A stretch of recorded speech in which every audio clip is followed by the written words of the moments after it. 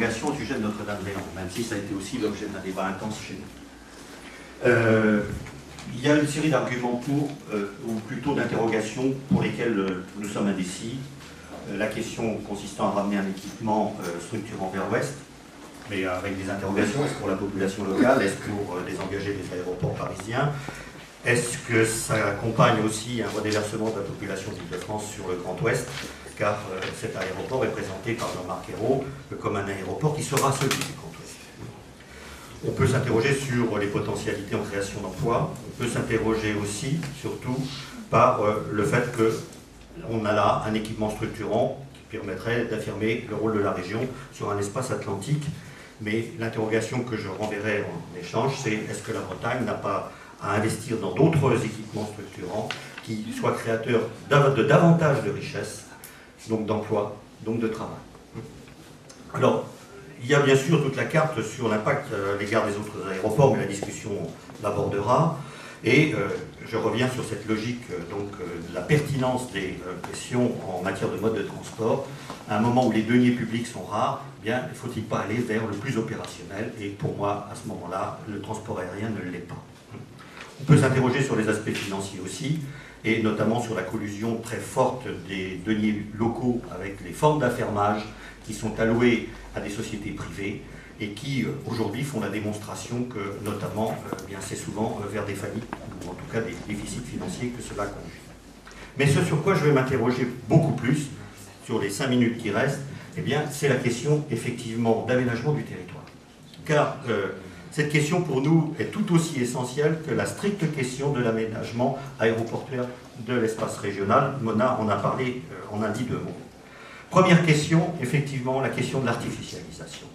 Je maintiens là-dessus que des opérations comme Notre-Dame-des-Landes, qui vont consommer au départ 1650 hectares, même si on le ramène à 730 hectares, et avec des superficies bien supérieures à ce que les flûtes, en tout cas, nécessitent, eh bien, pose problème dans une région qui aujourd'hui a 12% de sa surface artificialisée, qui aux alentours de 2030, d'après les estimations, va avoir 18% de sa surface artificialisée. Et il faut ne pas oublier une chose, c'est que la Bretagne est aujourd'hui une des régions de France et d'Europe où le rythme d'artificialisation est le plus rapide. Il est de l'ordre de 4,8% par an. C'est énorme.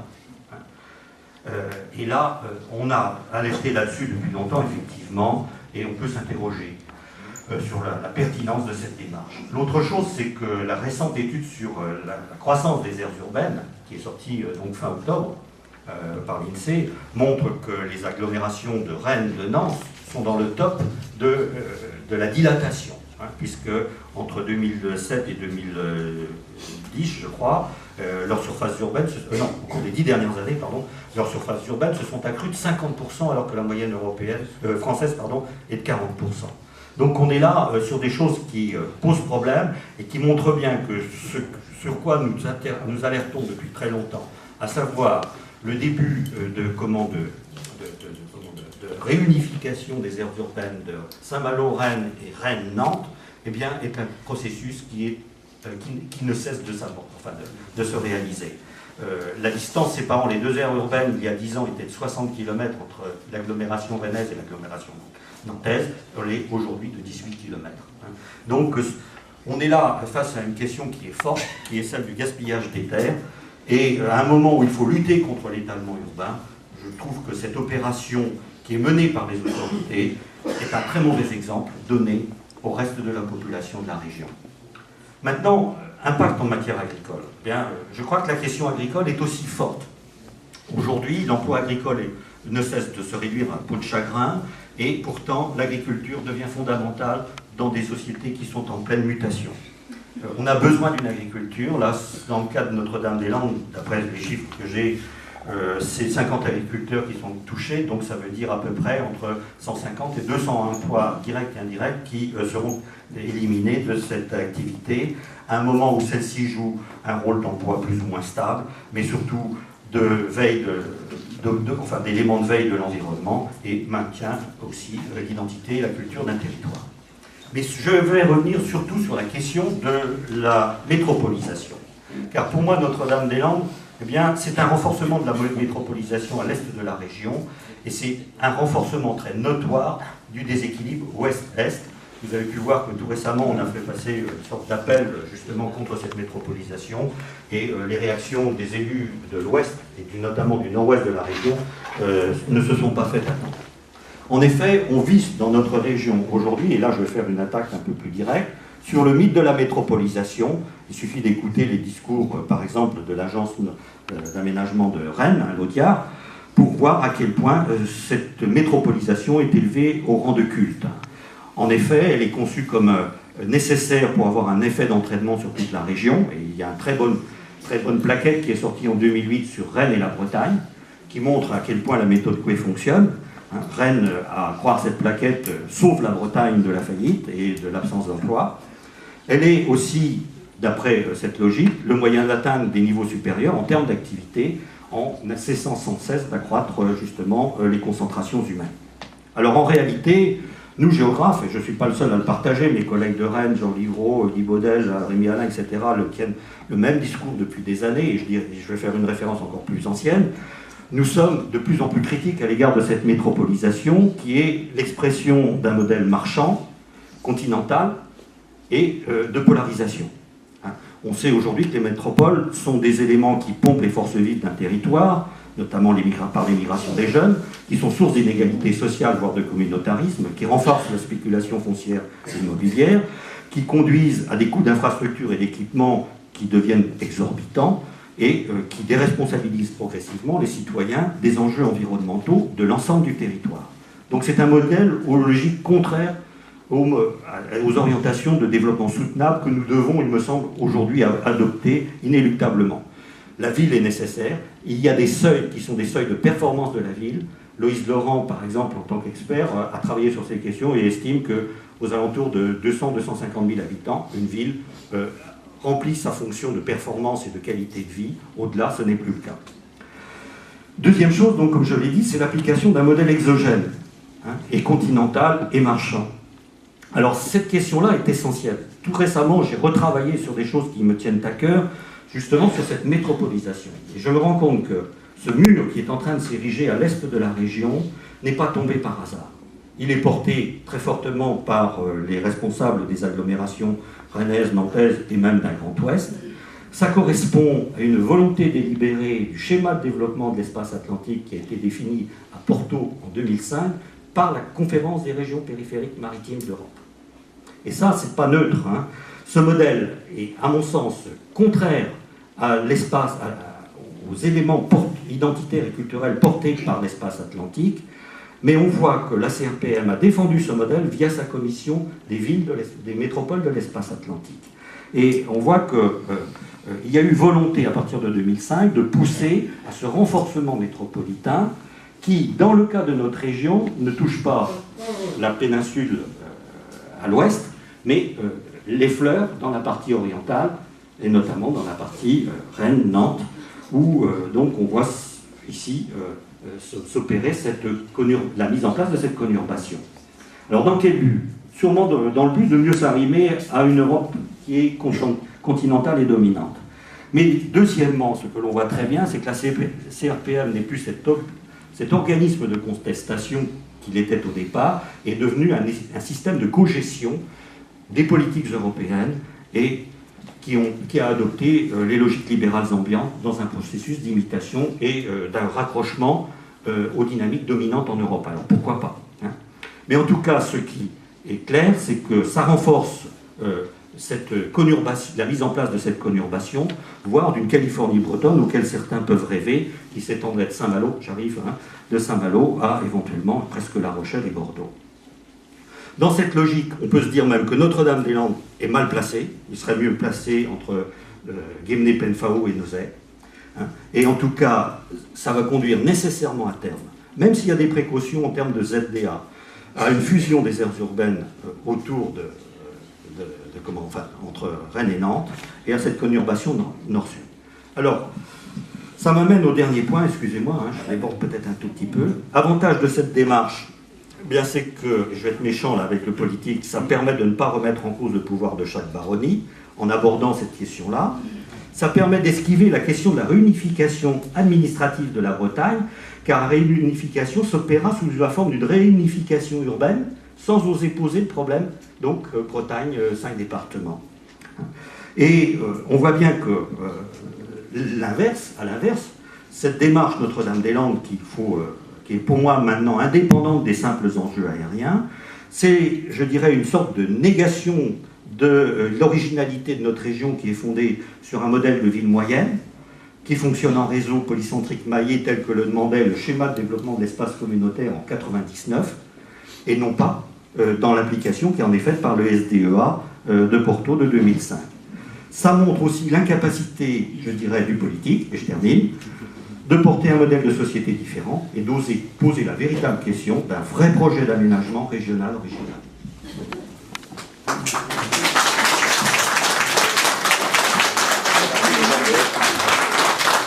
Merci. Donc, la parole est à Hubert Rouault. Oui, bonjour. J'ai reversé un schéma me disant qu'il fallait parler de 5 points. Effectivement, c'est un peu vaste de parler des 5 points, alors donc je vais les aborder chacun les uns après les autres. Et c'est à la faveur de vos questions que je m'étendrai peut-être davantage. On demandait à juste titre d'ailleurs si je pratique le transport aérien, je répondrai tout de suite seulement en intercontinental, c'est-à-dire seulement pour l'indispensable et les derniers voyages que j'ai faits. Le pro, je ne m'amuserai pas à aller en Europe proche même. En avion. Voilà pour la question toute personnelle. L'avenir... oui, si j'ajouterais une chose, c'est que je ne veux pas avoir du dédain vis-à-vis de ceux qui prennent l'avion pour aller en Europe, parce que professionnellement, j'ai été amené du fait de mes fonctions aéroport de Paris à beaucoup voyager, donc je pourrais dire que j'étais un peu blasé. Donc je respecte ceux qui ont encore envie aujourd'hui d'aller en avion, même pour des moyennes distances, peut-être sûrement pas en tout cas pour des courtes distances. Voilà. L'avenir du transport aérien, on souhaitait que ce soit abordé aussi. Quelques points de repère. Le pic de Uber, le fameux pic de Uber, disons qu'il va toujours manquer de pétrole, il est toujours repoussé. Alors il faut arrêter de sortir cet argument pour dire que le transport aérien va se casser la figure. Il ne se casse jamais la figure. Le transport aérien nous nargue malheureusement. Et continue, même, il s'amuse à faire des transports dits bio, enfin disons avec du carburant bio. Bon. Les prévisions pessimistes ont toujours été démenties, le rebond a toujours comblé largement le ralentissement, il faut vraiment faire l'étude sur le long terme, hein. Sauf si la place est contrainte, bien entendu. Et si on examine maintenant le problème en Europe, on s'aperçoit qu'il y a un déséquilibre total entre les aéroports de capitale entre les pays d'Europe. Je m'explique. En France, un aéroport qui fait près de 60 millions de passagers, l'aéroport de Roissy. Si on ajoute Orly, on en a bien sûr encore davantage. Et il faut chercher entre 15 et 20 aéroports ensuite pour totaliser 50 millions de passagers. Si vous prenez l'Allemagne, eh bien, vous vous apercevez qu'une fois mis à deux côtés Francfort, 2 ou 3 grands aéroports provinciaux suffisent pour atteindre les 50 millions. Si vous prenez l'Italie, il y a un schéma à peu près identique. Si vous prenez la Grande-Bretagne, également. Donc la France est dans un problème totalement particulier de centralisation, d'hypercentralisation du transport aérien en faveur de Paris.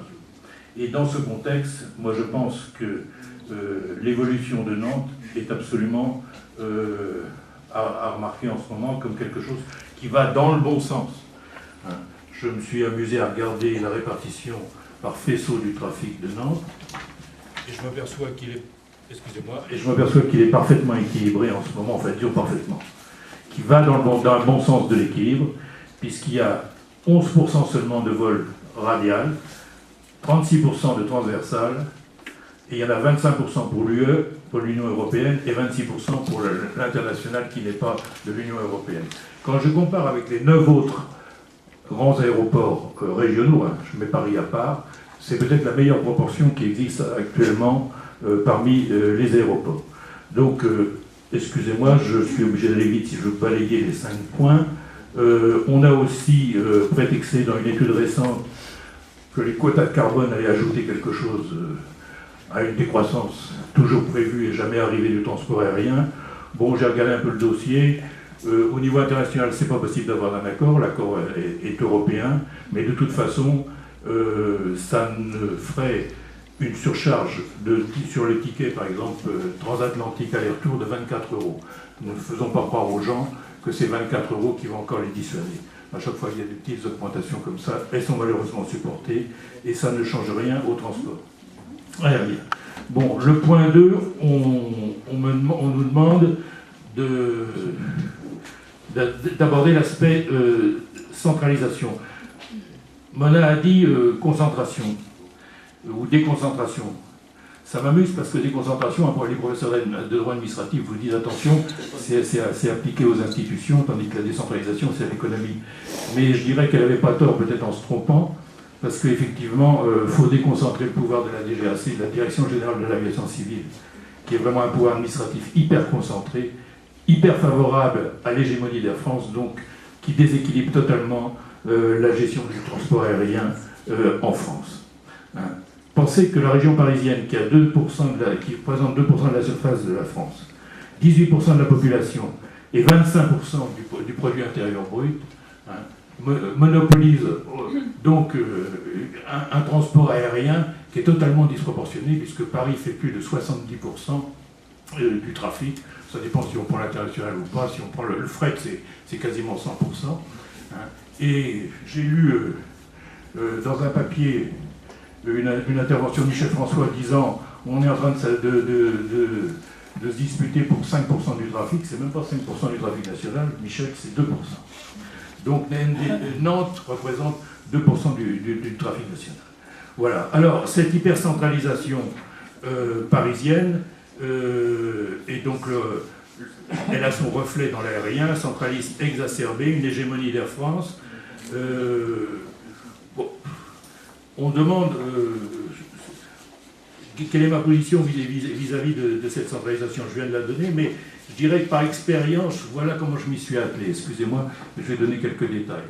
Ça a débuté par un combat lorsque Air France et l'administration française a voulu tout mettre à Roissy et enlever du trafic à Orly. Vous allez me dire, tout ça c'est Paris. Ben non, parce que c'était pas indifférent avec du trafic de camions partant de Roissy, allant dans le sud de Paris, etc.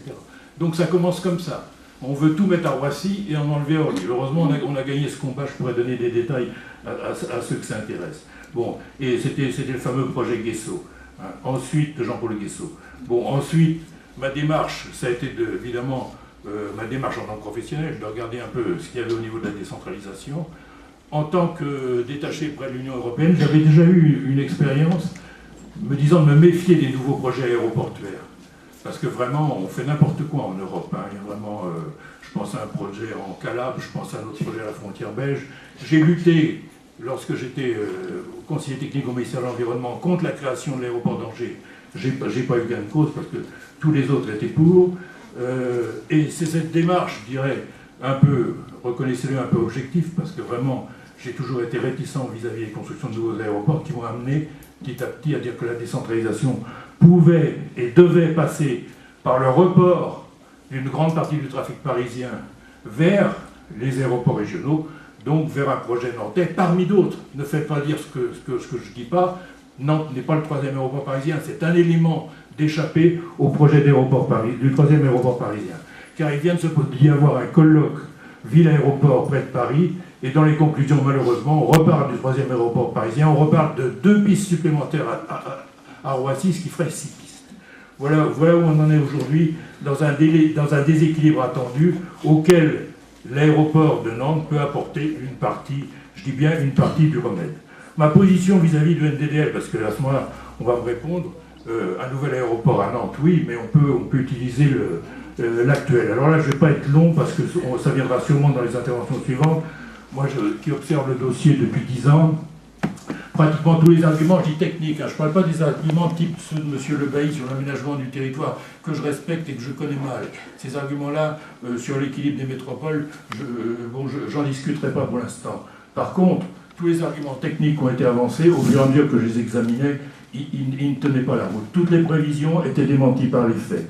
Bon, on est arrivé à des arguments d'un ridicule que je ne voudrais même pas répéter. toujours des arguments techniques. Hein.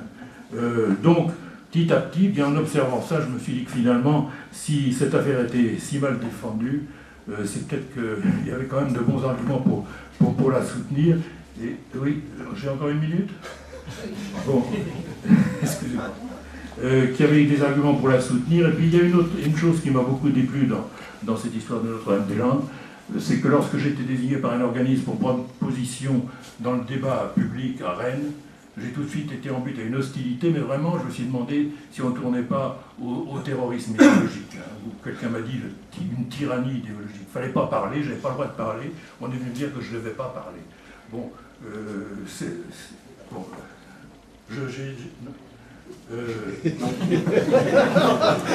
Justement, tyrannie.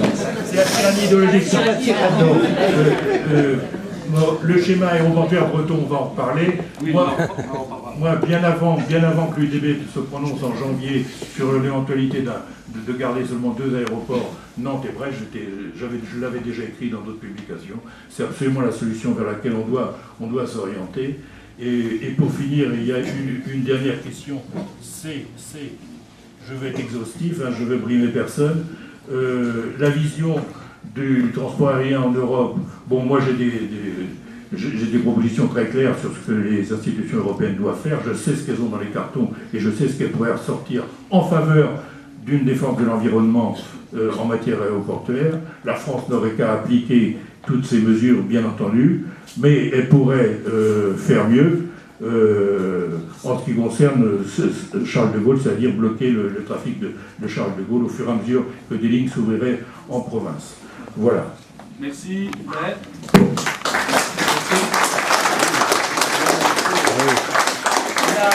Pour l'équilibre, la parole à Michel François. Je parle pas. Mais non, c'est pas l'équilibre. Bien. Ça marche. Je crois que le débat sur Notre-Dame-des-Landes s'engage en général très vite et reste sur un terrain trop étroit, à la fois dans l'espace et dans le temps. Dans l'espace, parce qu'on compare Notre-Dame-des-Landes à Nantes-Atlantique, et dire comme s'il s'agissait de faire la même chose à Notre-Dame-des-Landes que ce qui se fait à Nantes-Atlantique. Et alors pourquoi changer en effet ? Je n'ai pas besoin personnellement de consulter une commission quelconque. Je dis si c'est pour faire la même chose qu'à Nantes-Atlantique, on ne fait rien du tout parce que ça coûte forcément plus cher de faire quelque chose. Donc c'est pas ça le problème, il faut prendre les choses de beaucoup plus loin et en prenant en considération ce que le temps nous montre des effets de la centralisation. Parce que là, on est en train de prendre souvent la centralisation comme une donnée et de s'appuyer dessus pour réparer ses propres dégâts. Et qu'est-ce qu'on fait dans ce cas-là ? On centralise encore plus de manière à se rapprocher de Paris, puisque les problèmes seraient dus à la centralisation. Alors, reprenons un petit peu les choses de très loin, si vous permettez. Lorsque le train est arrivé à Brest, en 1865, c'était pas hier, c'était le ministre, le préfet, le maire, je croyais qu'il y avait un vicaire général qui a pris la parole aussi, pour se féliciter de l'arrivée du progrès, et pour cause, on ne mettait plus que 16 heures pour venir de Paris. Ça a continué depuis lors à la même vitesse, non, de plus en plus vite. Et pendant ce temps-là, pendant les 150 ans qui ont suivi, on a vu la population du Finistère qui est restée à peu près étale, à 200 000 habitants près, et puis celle de Paris qui était multipliée par 5. À qui a profité la centralisation et le train centralisé? Parce que ce n'est pas le train qui a vidé la Bretagne, c'est le train centralisé. Quand mon arrière-grand-père, Alexis François, a quitté Plougna, une petite commune au nord du Loudéac, vers la même époque, 1865, il est venu à pied, avec sa jeune épouse, Pauline, Jenny, Isaacine Marie. Ils sont venus à pied de Plougna au Croisic. Et ils suivaient en cela la trace d'une émigration locale antérieure, parce qu'au Croisic, eh bien, il y avait la pêche, il y avait le commerce du sel, il y avait le commerce du vin, il y avait la construction navale en bois, et il y avait toute une activité, et ça se savait, et peut-être en reprenant des routes anciennes, la famille s'est retrouvée en partie au Croisic. Eh bien, ce qui était possible pour mon arrière-grand-père, parce qu'il était né assez tôt, n'a plus été possible après. À partir du moment où il était plus intéressant d'aller à Saint-Brieuc en une journée à pied pour prendre le train et être le lendemain à Paris, le marché de l'emploi se présentait de manière totalement différente. Il était plus rapide d'aller à Paris chercher du travail que d'aller au Croisic ou d'aller à Nantes, sachant que Rennes ne proposait pas grand-chose au point de vue de l'emploi industriel. Depuis ce temps-là, les choses n'ont fait que croître et embellir. Et nous sommes aujourd'hui dans une phase où la France, elle a récupéré les chiffres que donnait tout à l'heure Yves Le Bailly, je crois, 20% de la population sur 2% du territoire. Elle recueille 49% de la recette de TVA, c'est-à-dire que la moitié des recettes qui sont faites en France arrivent dans les caisses des sociétés parisiennes, et 53% de l'impôt sur les bénéfices. Je ne sais pas si vous vous rendez compte, pour un quart de produit intérieur brut, tu le rappelais aussi tout à l'heure, il y a là une complète distorsion entre la réalité économique et productive et ce qui se traduit dans la répartition des pouvoirs, des revenus, des hauts revenus, des capacités de direction, des cadres et tout ce que vous pourrez trouver. Si la France doit continuer comme ça, alors continuons à rendre encore plus rapide le séjour à Paris. Allons-y en 3 heures à partir de Brest, alors que le problème pour Brest, qui est absolument évident, ce n'est pas de se rapprocher de Paris, c'est de se rapprocher du Finistère, tout simplement. Brest est à 4 heures de train de Carhaix. Brest est à 1h15, 1h30 de Quimper. Quel besoin d'être à 3 heures de Paris, sinon pour quelques dirigeants, hauts fonctionnaires, députés et sénateurs. Alors, on a ce problème-là à régler en réalité. Alors, on dit, oui, mais l'Est, l'Ouest,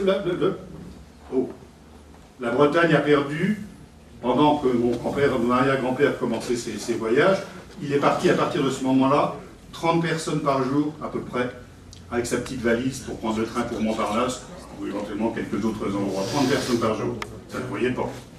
Mais 30 personnes par jour, à la fin de l'année, ça fait 10 000 personnes. Et au bout d'un siècle, ça a fait 1 million de personnes. La dimension des problèmes d'aménagement du territoire, c'est celle-là. Alors il ne faut pas être à raisonner à 10 ans avant, 10 ans après. Il faut voir, en fonction des choix que l'on fait, quelles seront la réalité du territoire dans 50 ans ou dans 100 ans. Je me maintiendrai là pour l'instant. Merci. Michel. Jean-François.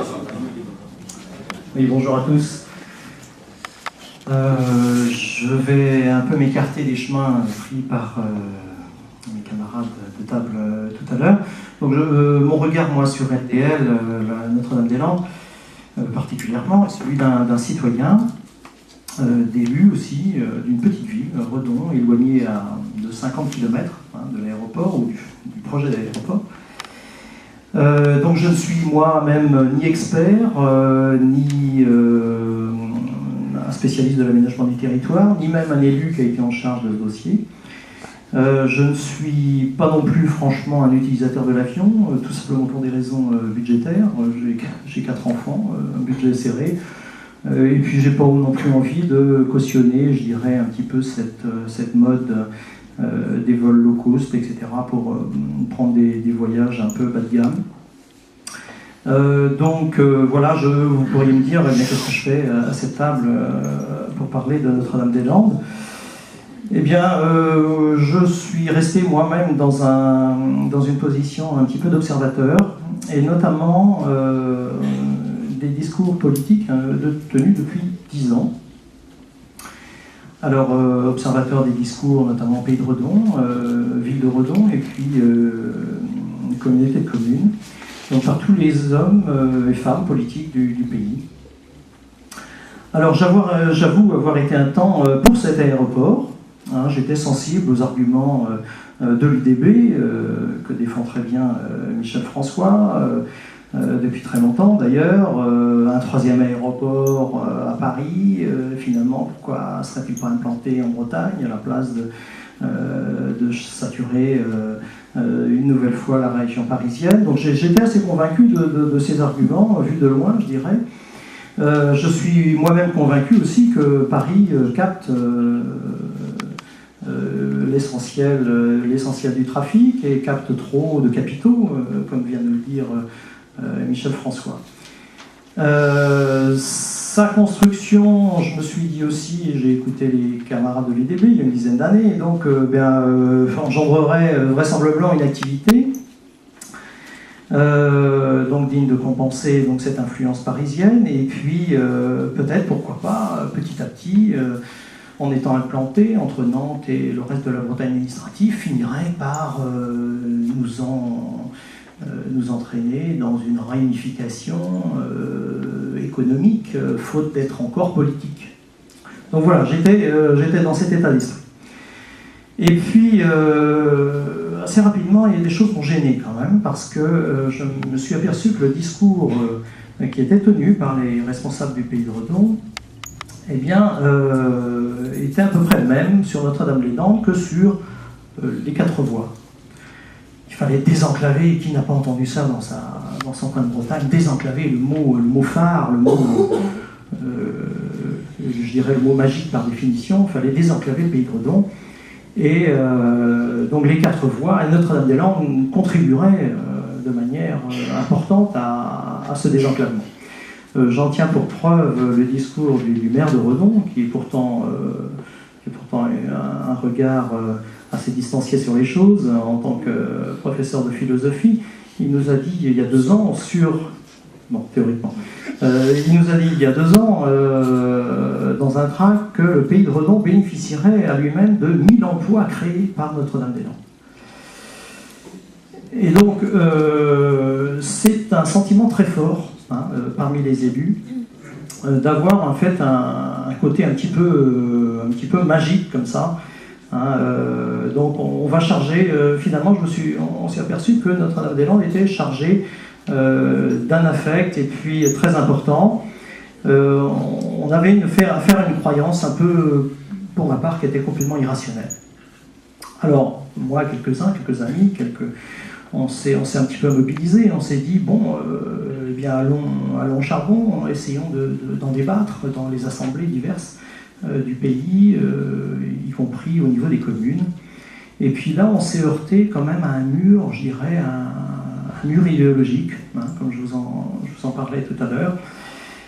Finalement, eh bien, c'est un sujet tabou, totalement tabou. On nous a dit, mais finalement, attendez, c'est pas l'organe ici, c'est pas le lieu d'en parler.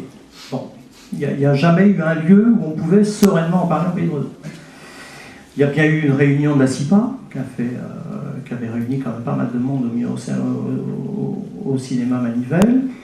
Beaucoup d'élus avaient été, je peux vous dire, ils avaient été assez décontenancés par les arguments qui leur avaient été servis ce soir-là, et ils n'avaient pas eu franchement d'opposition à donner, d'arguments solides à mon avis.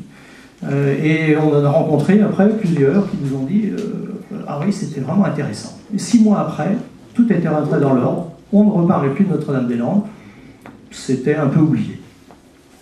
Donc voilà un petit peu notre constat. Et puis finalement, se distillait ici ou là, dans des papiers, sur le schéma de cohérence territoriale, sur le PLU, le plan local de l'urbanisme, et bien des petites phrases anodines comme ça, qui consacraient finalement la place de Notre-Dame-des-Landes. Alors, écoutez, moi aujourd'hui, je vais vous dire, je suis heureux que l'UDB engage ce débat.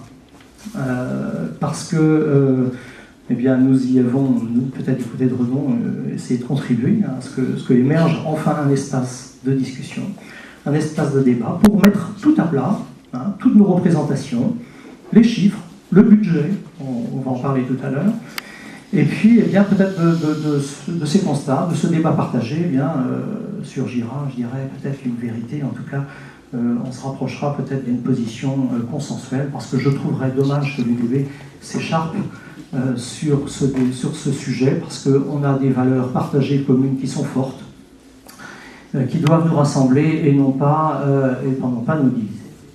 Voilà, donc, et bien suite tout à l'heure. D'accord, merci. Ben écoute, Jean-François, tu n'as pas beaucoup développé la problématique, mais pas les arguments de fond qui sont les tiens. Peut-être que voilà, je ne voulais pas l'histoire va compléter. Je disais, d'habitude je parle fort, pourtant, je disais que donc Françoise Verchères allait compléter le propos vraisemblablement de Jean-François, qui avait développé le pourquoi de ses interrogations et pas ses propres arguments de fond. Voilà. Alors, merci de m'avoir invité. Donc, très rapidement, d'abord sur la question qui a été évoquée, qui me paraît vraiment importante. Finalement, on a le choix, enfin, il semble qu'on débatte à la fois de la grande concentration parisienne, je partage tout à fait ce qui a été dit, hein. Vous avez cité la durée en train entre Brest et les villes bretonnes, mais on peut dire aussi que faire Nantes-Bordeaux en 4 heures aujourd'hui, ça relève un peu quand même de points d'interrogation. J'ai entendu peu d'élus discuter de ça d'ailleurs, hein. Bon. Donc, pour moi, la question de la concentration est une vraie question, c'est sûr.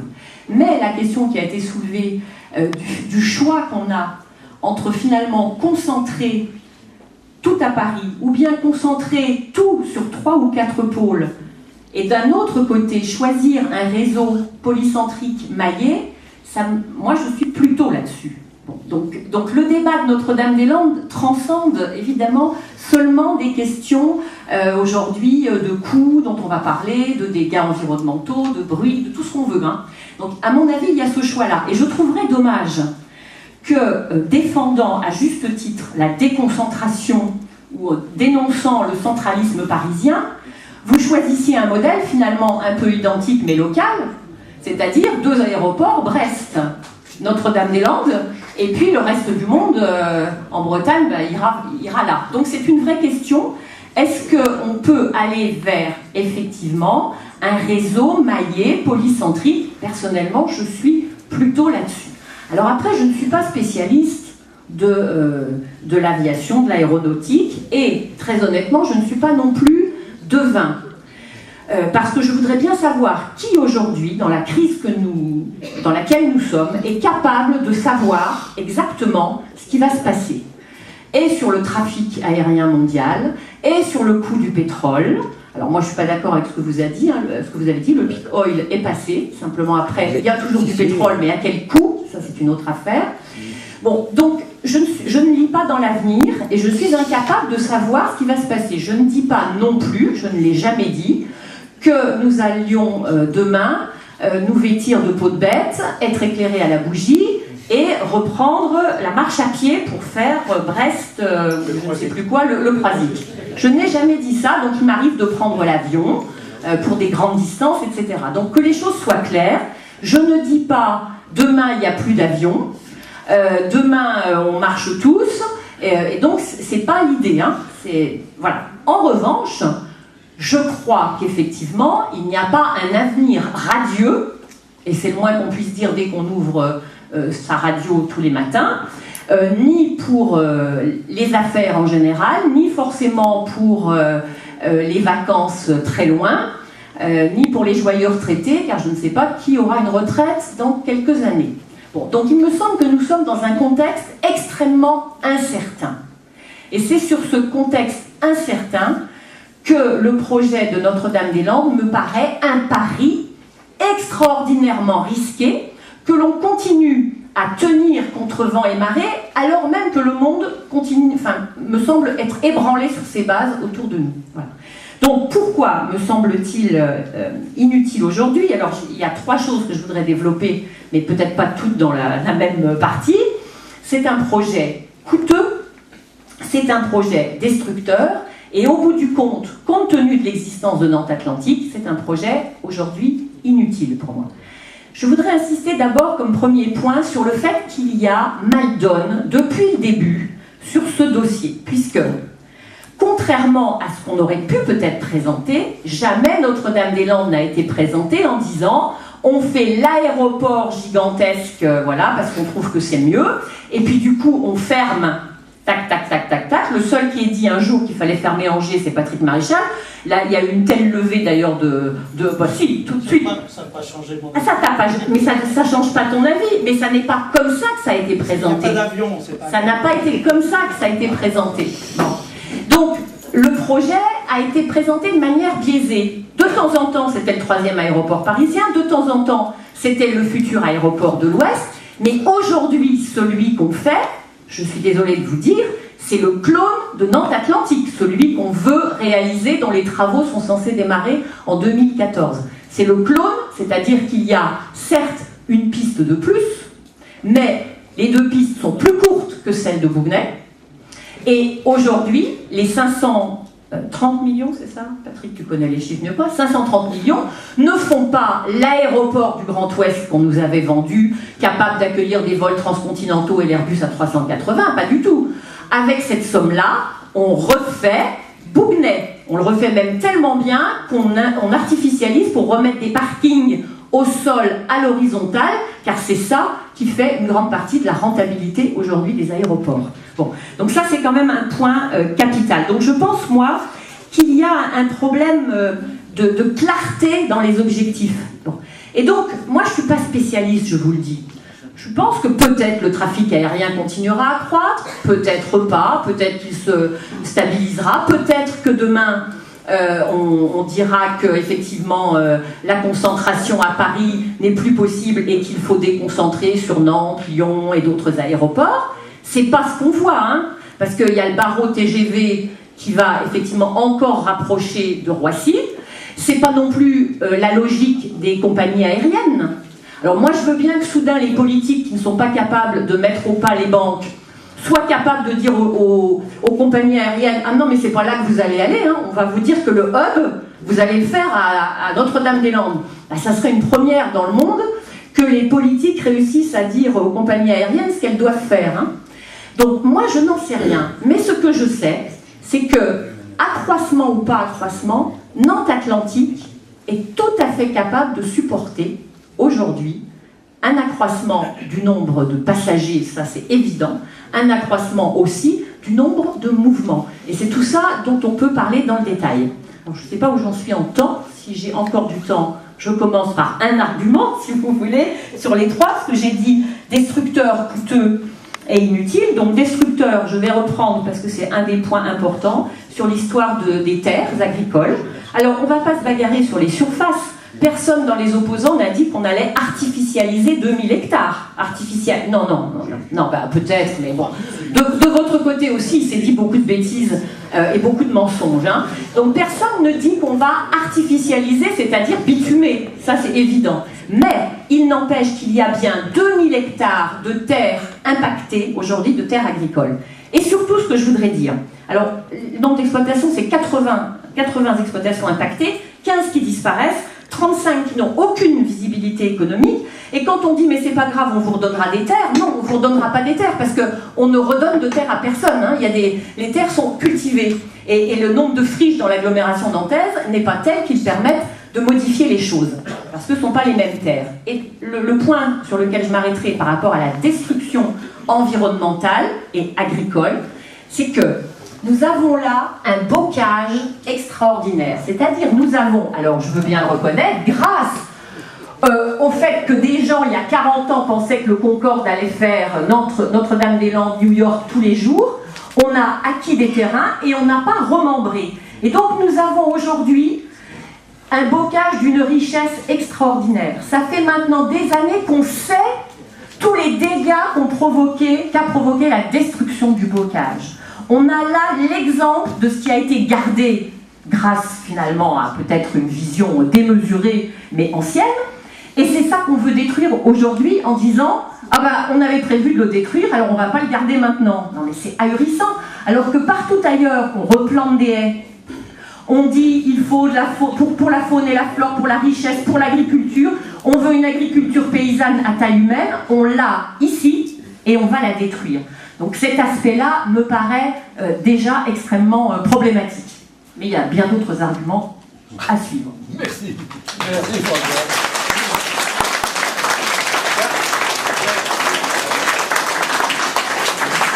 Donc, dernier intervenant pour cette première partie, donc Patrick Maréchal. Merci. C'est difficile d'intervenir en dernier parce qu'on a envie de répondre tout de suite. Bien sûr. Aux arguments, on aura un autre moment.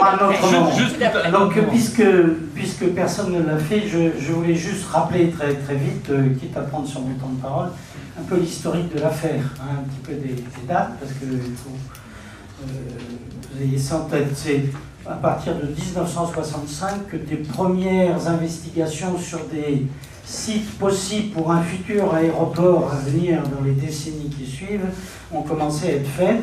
Et en 1974, le préfet a pris un arrêté de ZAD, de zone d'aménagement différé, qui faisait suite au schéma d'aménagement de l'aire métropolitaine dans Saint-Nazaire et qui prévoyait effectivement une plateforme aéroportuaire nouvelle.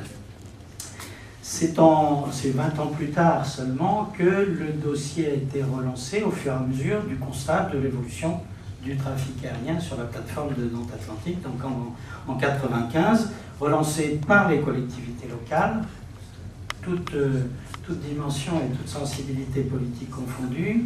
Il y a eu à l'époque donc une étude qui a été faite par un cabinet DG Conseil qui a réexaminé tous les sites envisageables en disant, pas tout, 30 ans plus tard ou 20 ans plus tard, peut-être que les choses ont changé. Donc les 15 sites qui avaient été initialement envisagés ont été réexpertisés en fonction de l'évolution des activités économiques, des populations, du développement des villes, etc. Et finalement, il a conclu que, à tout prendre, Notre-Dame-des-Landes restait encore le site le plus pertinent parmi ceux qui étaient envisageables.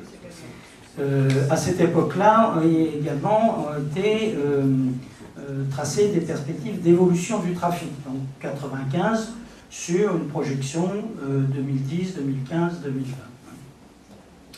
Je dis tout de suite que ces perspectives se sont totalement réalisées, même au-delà. Donc ensuite, 2001, l'État a pris le projet en considération. Parce que jusqu'à présent, c'était plutôt, disons, du lobbying des collectivités territoriales. Donc c'est en 2001 que l'État dit, moi, responsable de la construction des aéroports d'intérêt national, je prends ce projet en considération et j'entreprends les procédures et les démarches pour l'étudier. Je dis que c'était à l'époque, puisque ça a été évoqué tout à l'heure, on y reviendra sans doute, le moment du débat sur le 3e aéroport parisien. Et la ministre de l'Environnement de l'époque, Dominique Voynet, si je me souviens bien, parce que j'ai eu l'occasion, le privilège d'en parler avec elle, avait pris position en disant c'est stupide de vouloir faire encore une 3e plateforme sur la région parisienne, et donc il faut développer 2, 3 ou 4 plateformes régionales capables d'équilibrer le trafic. Voilà, donc à partir de là, l'État a commencé à rouler et le grand débat public a été organisé puisque maintenant tout grand projet d'infrastructure nécessite l'organisation d'un débat public préalable. C'était fin 2002-2003, donc les conclusions sont connues. Et puis du coup, le dossier a progressé ensuite sur le plan technique jusqu'à la mise en place d'un dossier préalable à l'enquête d'utilité publique, laquelle déclaration d'utilité publique est intervenue le 9 février 2008. Voilà, depuis, il a fallu mettre au point le cahier des charges de la concession, puisque la décision de l'État, on peut en discuter, c'est pas ma préférence à moi, mais je ne suis pas au gouvernement. Oui, c'est ça. A décidé de concéder l'aéroport de Notre-Dame-des-Landes. C'est d'ailleurs pratiquement le droit commun des aéroports en France jusqu'à présent. Certes, ils étaient concédés souvent aux chambres de commerce. Là, il y a eu un appel à concurrence pour un traité de concession. Donc ceci est fait. Et finalement, en juin 2010, le choix d'un concessionnaire a été fait sur la base de 3 ou 4 propositions concurrentes. Et donc, c'est le choix du groupe Vinci. Et la concession était finalement le contrat définitif fin 2010.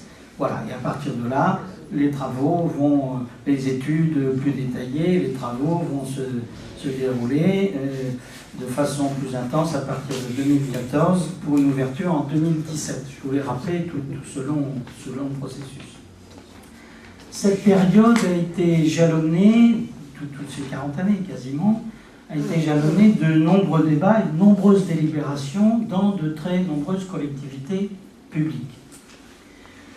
Avec évidemment des évolutions au fur et à mesure que les choses se précisaient.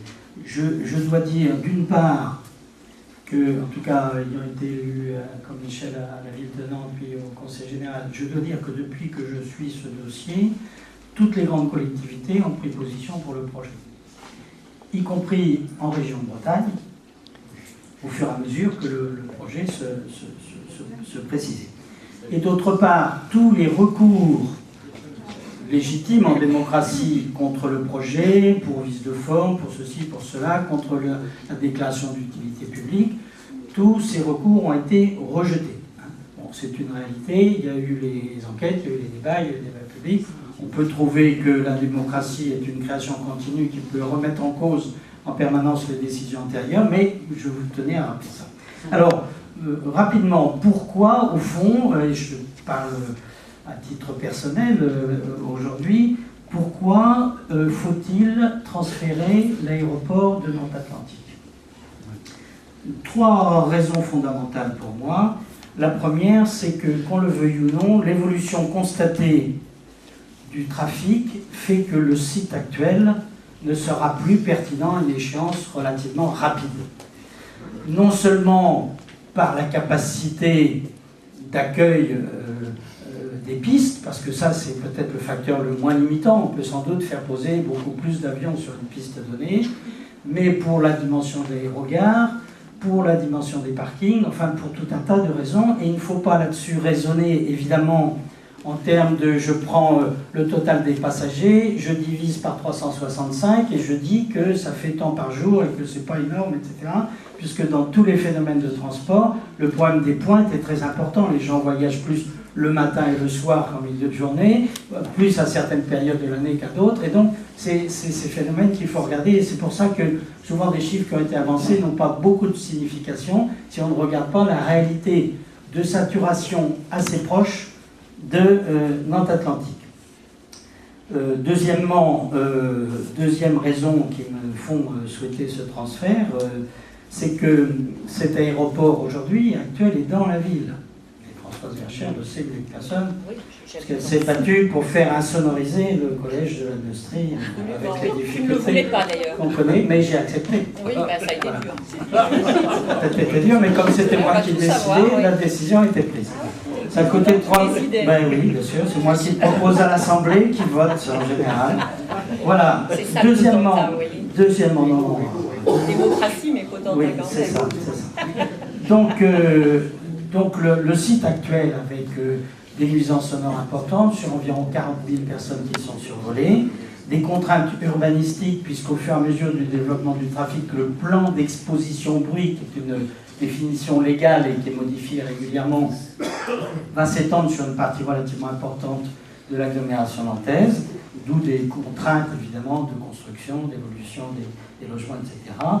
Et enfin, un problème, qu'on le veuille ou non, de sécurité aérienne, puisque le survol de Nantes de nombreux avions, avec un petit problème technique qui est peut-être résolu, qui est qu'on ne peut pas utiliser l'ILS complètement parce que c'est dans l'axe de la Tour Bretagne. Voilà. Troisième élément, et pour moi il revêt une importance toute particulière, et en ce sens je rejoins assez ce que dit Michel François, c'est une ambition d'aménagement du territoire.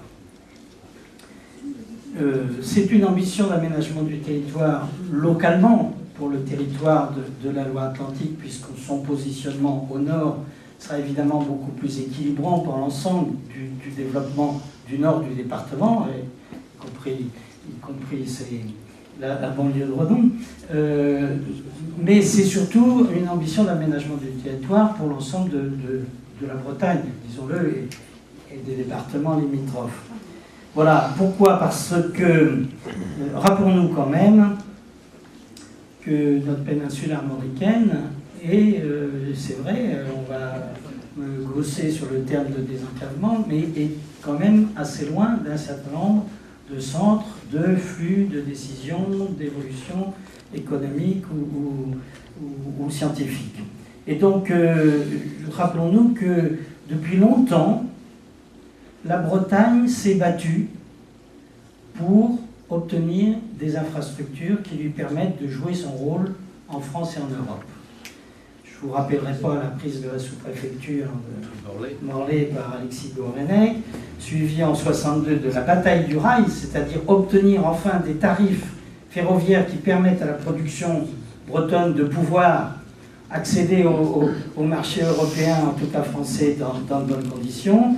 Je ne vous rappellerai pas le plan routier breton qui a été, je dirais, obtenu à la Pointe des Fourches en 1969. Oui, et Plogoff, on n'est pas dans les infrastructures de transport. Ça y participe pourtant. J'étais à Plogoff. Et puis ensuite, la bataille pour que un TGV Ouest se développe, donc le chantier est en cours.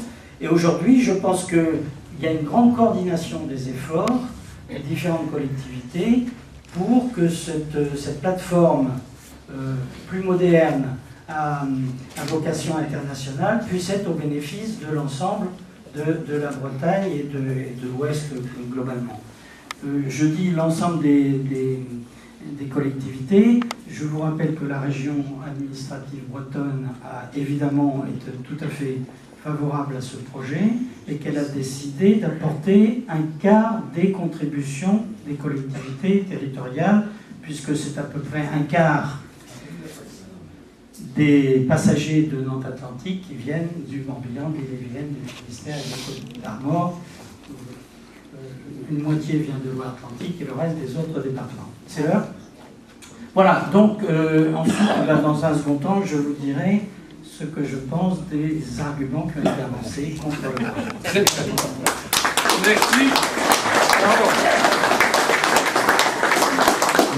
Merci à tous donc pour ce premier tour là, de parole.